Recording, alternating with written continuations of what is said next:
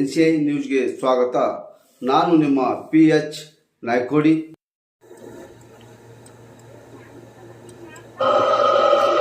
KSET, neat, ಜಿಟ್ ಅನ್ನು ಕಲಿಸಬೇಕಾದ ಸಹಾಯಕ ಉಪನ್ಯಾಸಗಳು. ಈ ಆನ್ಸರ್ಗಳಿಗೆ ಪೂರ್ಣ ಸಮಯ ಖಾಲಿ ಹುದ್ದೆಗಳಿವೆ. ಅನುಭವ PUC ಮತ್ತು ಸ್ಪರ್ಧಾತ್ಮಕದಲ್ಲಿ 8 ರಿಂದ 10 ವರ್ಷಗಳ ಅನುಭವ ಕಡ್ಡಾಯವಾಗಿದೆ.